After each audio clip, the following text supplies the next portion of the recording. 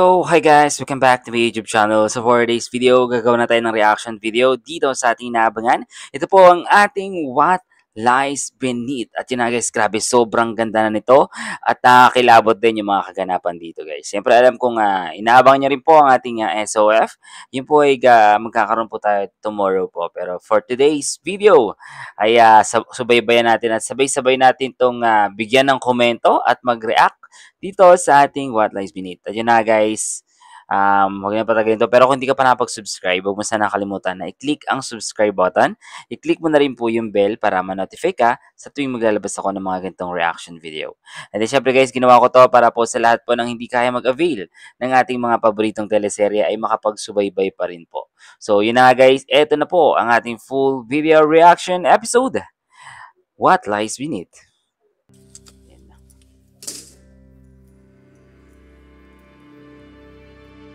Pinabalikan niya lahat ng may atraso sa kanya.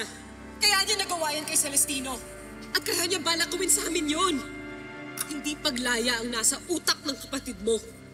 Wala na siyang konsensya. Dahil ninakaw niyo! Tuloy yung mga plano natin. Pero sa tingin ko wala namang alam si Lucas. Diba? Wala siyang alam.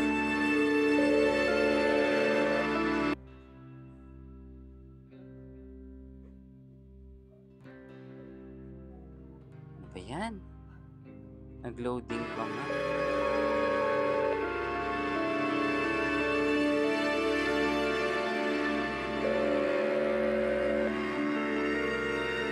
Hindi alam ni Lucas na may pinaplano yung kuya niya na mag-igal.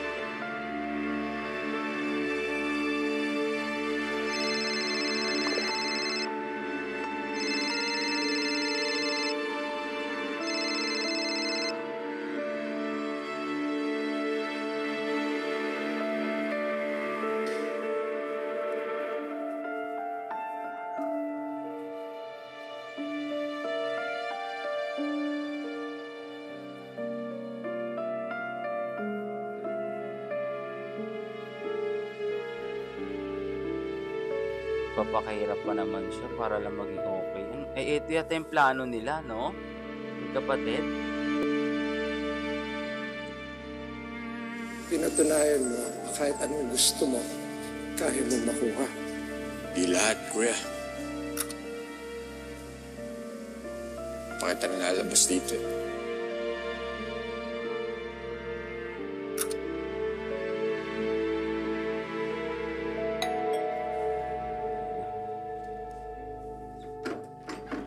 Lucas Santiago. Naisip na siya. Ano kaya yan? Lucas Santiago. Inleya. Mr. Lucas Santiago, inimbitahan po namin kayo sa presinto. Kasi nga inaano siya nakasabwat, no?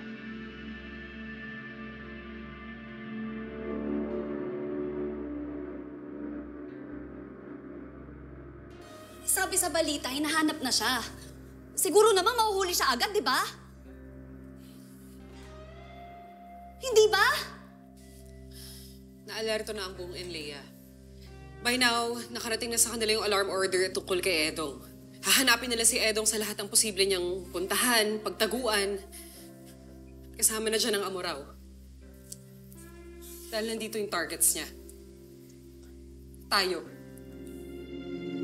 Ang delikado kasi dito, itong nalimutan ko yung name niya pero ito kasi, di ba kinuha yung picture nila, tapos, yun yung ngayon. Parang ito yung pinakaunang tatargetin ni Edong.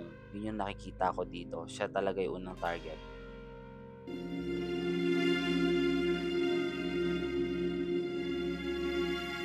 Matagal na nakakalabas-masok yung si Edong sa kulungan. Kaya na-track down niyo si Celestino. Pinanmanan niya yung bago niya pinatay. Ibig sabihin, planado niya lahat. Perfect cover ang kulungan. I mean, sino naman magsususpecha sa kanya? Nakakulong nga siya, di ba? Ganun siya kapursigido, hindi yun basta-basta magpapahuli.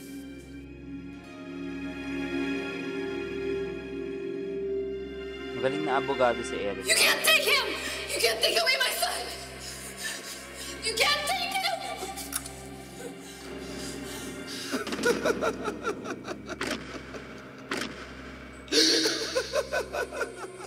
He had the chance to kill me. Pero hindi niya ginawa. Ito ba yung gusto niya? Is he gonna mess with our heads bago niya tayo patayin lahat? Planado niya nga lahat, di ba? Pero nahuli niya siya sa CCTV. Nahuli niya siya, nasira niya yung mga plano niya. At ngayon nanap na siya ng mga pulis. Porsigido? Oo. Pero huwag kayong matakot. Kaya-kaya niya yung gagawin yun eh. Di ba yun naman gusto niya? Tama si Ryan. Ngayon na alam na natin ang plano niya, mas alam na natin kung paano protektahan ang mga sarili natin. Kakausapin ko ang Enlea. Hihingi ako ng production detail. I already hired security. Ayoko nang maulit sa amin yung pinasok kami ni Edong dito. I was honestly torn kung dito kami magsistay or sa hotel, but I feel safer here. Masyadong malaki doon.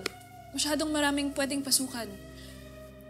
Mas ligtas para sa inyo kung magsama muna kayo dito. Mas madali para sa Enlea na protektahan kayo kung isa lang ang focus. Ano ka ba? Hindi pwede yun. Pag ginawa mo yun, mas mapapadali kay Edong. Yung dalawang magkaibang plano pinag-isa mo lang. Sa bahay lang kami ng pamilya ko. Alam nyo, mas maganda yung yung plano nitong isang lalaki na magsama-sama sila dyan. Kasi 'di ba, para mas maprotektahan nila yung isa't isa. Pero matigas kasi yung matigas kasi itong kumbaga may pinaninindigan yung asawa na yung isang lalaki. Nalimutan ko kasi yung pangalan, guys. Pero may point itong kasama ni Erica. Pero teka, ano si Mel? Kahit patrol cars everywhere, General. Ako nang bahala sa protection dito sa bahay. I'll be hiring bodyguards for my wife. I'll tell my men na dalasan ang pagronda dyan sa lugar niyo. Thank you, General. I owe you one. Say hello to your father for me. Will do.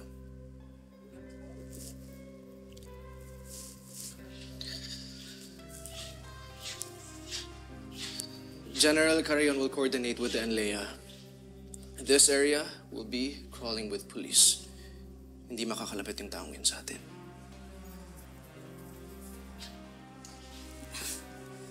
Diba?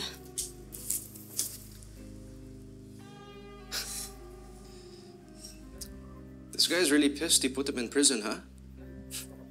Ba't hindi mo nakwento sa akin to? Ang badass pala ng wife ko, ha? Putting people in jail at 16?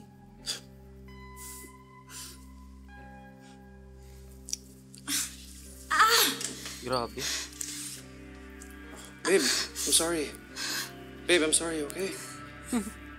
Loko-loko Whatever talaga happened at the tong event, Anton na to. I'm really sorry. I really am. You know what? Ipagluluto kita ng masarap. Do you want me to cook your favorite pasta? Anong gusto mo?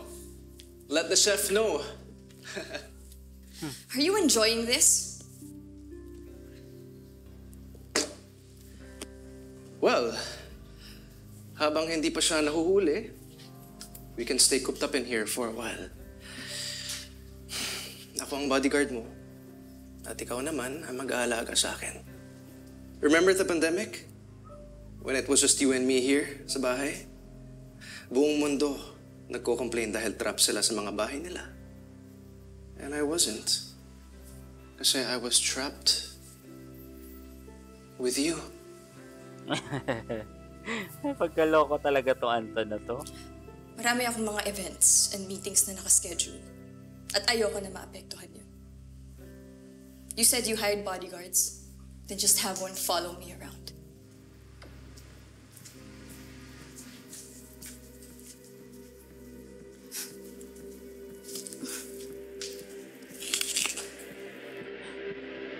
Palit ito no?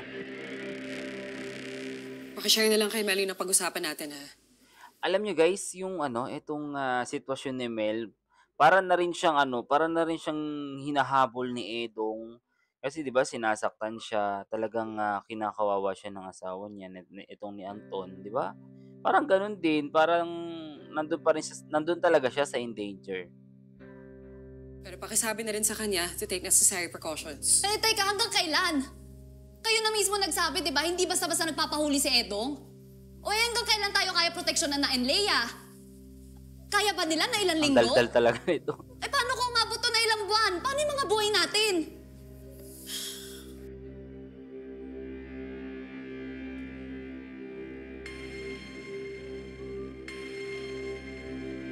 Regular kang dumadalaw sa kapatid mo. Pero wala kang alam. Uulitin ko. Hindi ko alam na nakakalabas ang kapatid ko ng kulungan. Hindi ko alam na may balak siyang tumakas. At hindi ko alam kung nasan siya. Pero siguradong kukuntagin ka nun.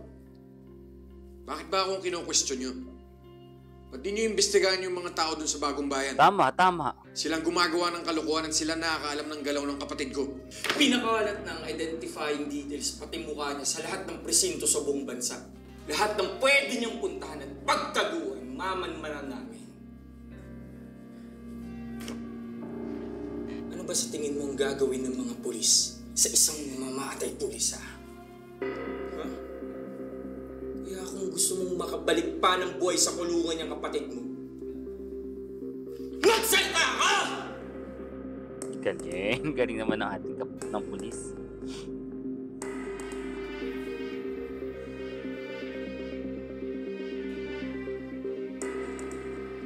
Hindi ko alam kung nasan ang kapatid ko.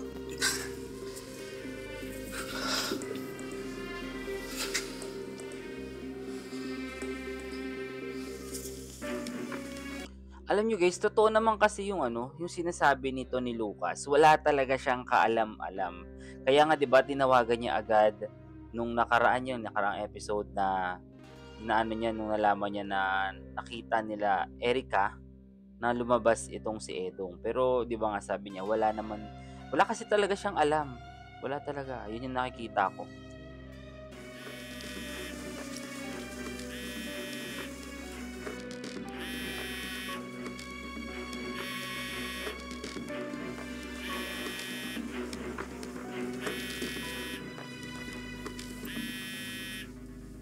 Si Edong. Kuya, saan ka? Basta ka ito, Nantahan ka na ng pulis.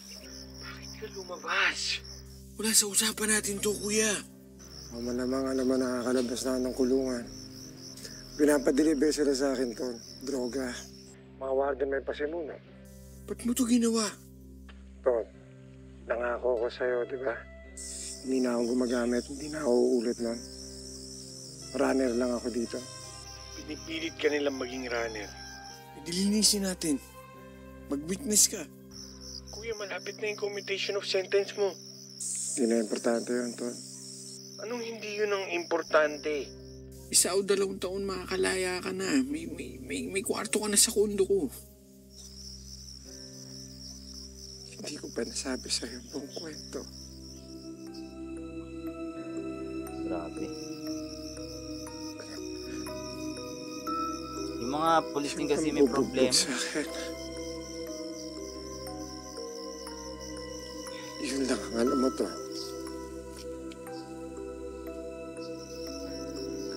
Pero hindi lang yun yung ginawa nila sa akin. Tama na mo. Tama.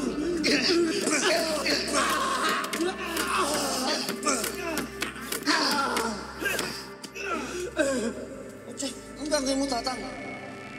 Mamarkahan ko lang to. Akin to. Wala na ibang gagalaw dito.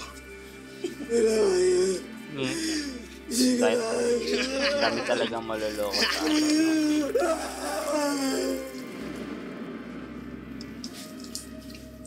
ganyan na ganyan din kasi talaga. Alam nyo, nakakaawa talaga yung mga... Meron kasi talaga, marami naman talaga na nagiging inosente talaga sa mga gantong klaseng kaso. Kumbaga, wala talaga silang ginawang masama pero pinagdiinan lang, ganun. May mga ganun. Pero yun na nga, sa mga ganong klaseng tao, kawawa talaga sa pag nandito na sila sa loob, no? Buti nangyayari. Pero hindi ko lang alam kung sa totoong buhay may mga ganito talaga.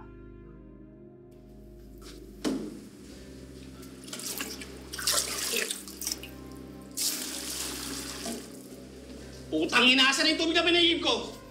Kanina pa yun ah! Wala ka talaga silbi, no?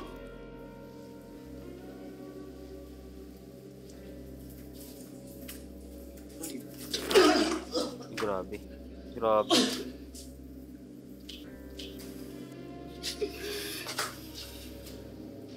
Bata, huwag mo lang pinakita kay tatang yan. Alam mo, nagagalit ka pala. Mas maganda ka pa sa babae.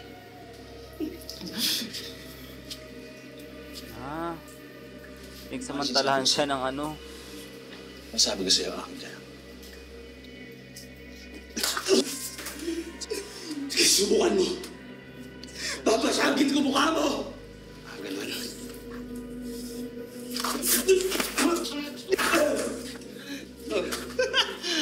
Saan ka pupunta? Takas ka pa!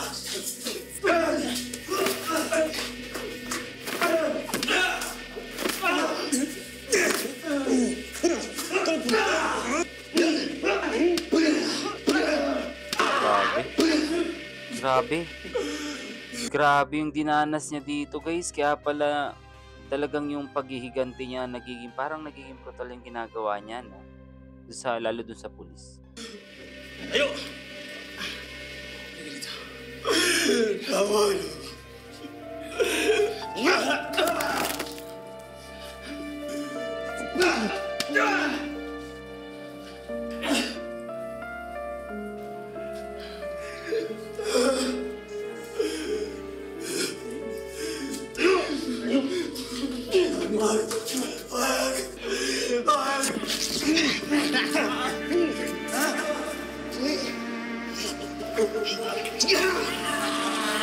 Grabe.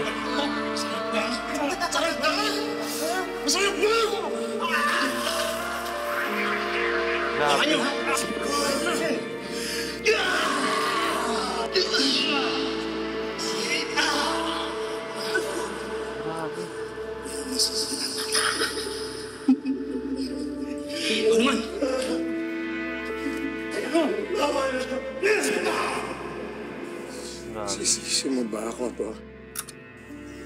Kung mas ginusto ko na lang mamatay, no?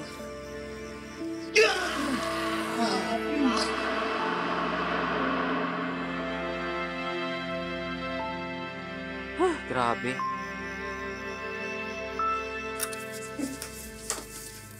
Ayan pala yun. Ito pala yun, no? Ito yung time pala na na may ginawa pala sa kanya yung mga parang siguro matataas na doon sa loob ng kulungan. Talagang pinagsamantalahan siya kahit na may mga ganun kaya talaga sa totoong buhay. Para kasi parang sobrang lupit na dati yung mga hindi nakakawala talaga ng kulungan or hindi nakakalabas eh. Sino na naman gumawa nito sa'yo? Ito? Wala ito. Kaya to. Kuya, baka di na muna kita makakausap ba? Kinuha ni Chang yung bahay natin eh. Atin yung bahay na yun, ba't niya ko gagawin yun? Kay tatay daw yung bahay eh. Wala na daw tayo kinalaman sa pamilya nila. Kasalanan ko to eh. Tol, mag-isa ka dyan, kasalanan ko. Grabe, no? Kahit nandiyan na siya, iniisip pa rin niya yung kapatid niya. Time's up, Santiago! Boss, hindi ba tapos yung oras ko, boss? Nagano lang, boss. Tol! Tumayo ka rin dyan, marami pa nakapila. Boss, hindi pa nga tapos yung oras ko. Sinabi na tumayo ka na dyan eh. Tama na yan! Boss, kailangan ko makausap yung kapatid ko, boss! Tama na yan! Labas na ulo! Ha? Labas! Boss, importante yun, boss! Tol! Ay, grabe lagi siya pinag-iinteresan na. Balita ko, bata, nagwala ka daw. Hindi mo nakontak yung kapatid mo?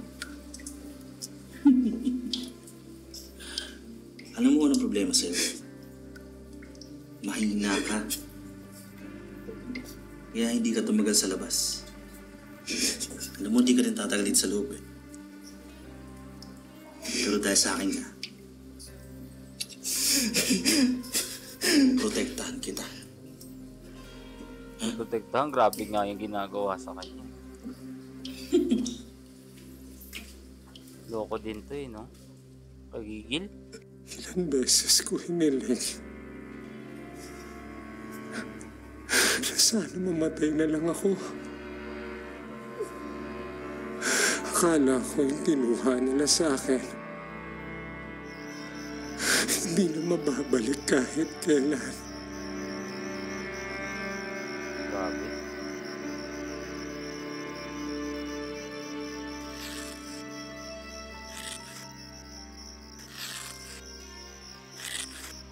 Yun.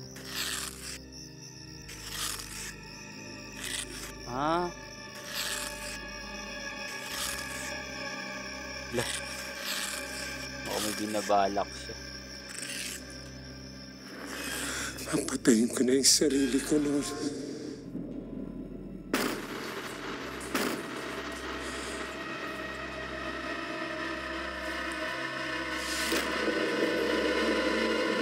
Grabe. Ayos ka, bata. Nauna ka na dito, ah. Gusto ko. Alam mo na ako ng silbi mo. Grabe, no? Talagang wala, pwede kasing magamit talaga yung ganong klaseng bagay. Pero kailangan kasi, di ba, pang daily ano nila. Grabe. Tapos, parang inaaraw-araw siya itong parang boss sa loob ng kulungan, eh, no? Kinakawawa talaga siya. Ano sa labas? Yung pakinabang mo. Baka mapatay niya to, no? Pabigat ka Sure, parang ganon. Hindi niya alam. Pero dahil sa akin, nagkaroon ka ng pakinabang. Ayos ba? Gagalingan mo lagi, ha? Lagi mo akong papasayahin. Ganda mo talaga. Yung utol mo ba kasing ganda mo rin? Pasyal mo nga siya dito minsan. Ang masipat ko. Ha?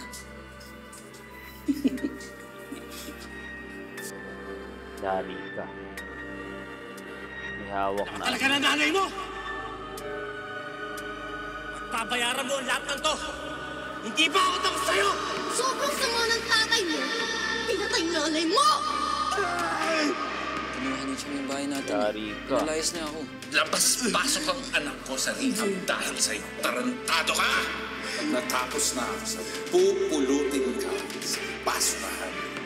Diyan dapat ang mga basurang katulad mo. Grabe pala yung ginawa sa kanya. Yari ka ngayon. Hello.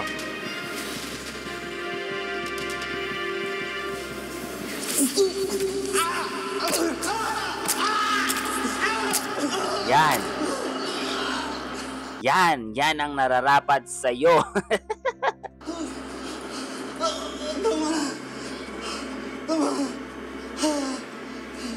Kahanding kita, boss. Gusto mong ginagawa yun, di ba?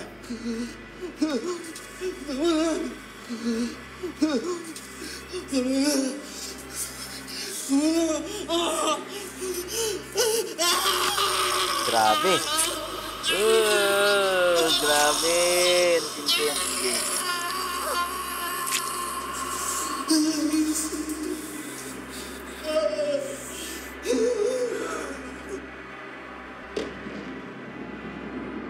Hindi na siya nakapanakit ulit.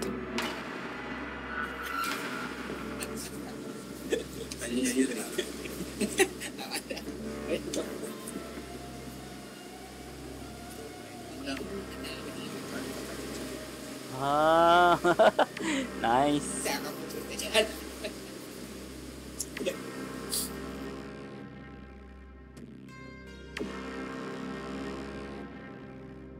Binabuan na siya ng sungay. Yun pala yun.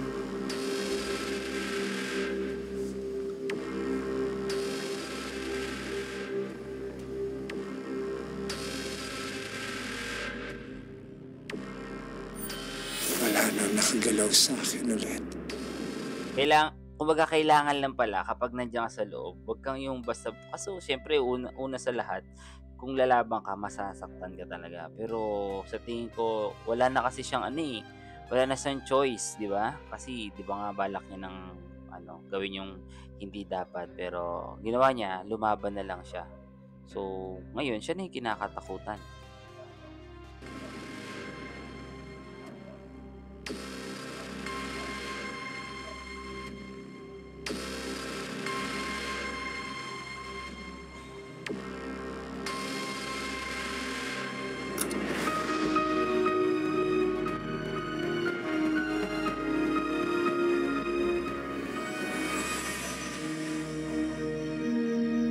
Dumiretso siya sa Amurao. Grabe. Bibilis lahat to. Basta kailangan na natin makausap ulit si Lucas. Kung meron mga nakakaalam pinagtataguan ni Edong, siya yun. Tutuloy ka pa rin sa appointment mo? I'm not gonna put my life on hold just because of that psycho. Hindi ng pag-asa sa dulo para sa akin to. Pag alam ko na kung anong kaya kong gawin, kailangan nila magdusa. Grabe. Lagot. Guys, hanggang dito na lang muna ang ating reaction video dito sa ating inaabangan. Ito po ang ating What Lies Beneath. So maraming salamat po sa inyo lahat, sa lahat po ng patuloy na pagsuporta dito sa aking channel. And then syempre guys, thank you so much po sa inyo lahat dyan. Sa lahat po ng hindi pa nakapag-subscribe, huwag niyo sana nakalimutan na i-click ang subscribe button. I-click mo na rin po yung bell para ma-notify kayo sa tuwing maglalabas ako ng mga reaction video katulad po nito. At yun na guys, maraming salamat ulit. God bless you all guys. And syempre, have a nice day.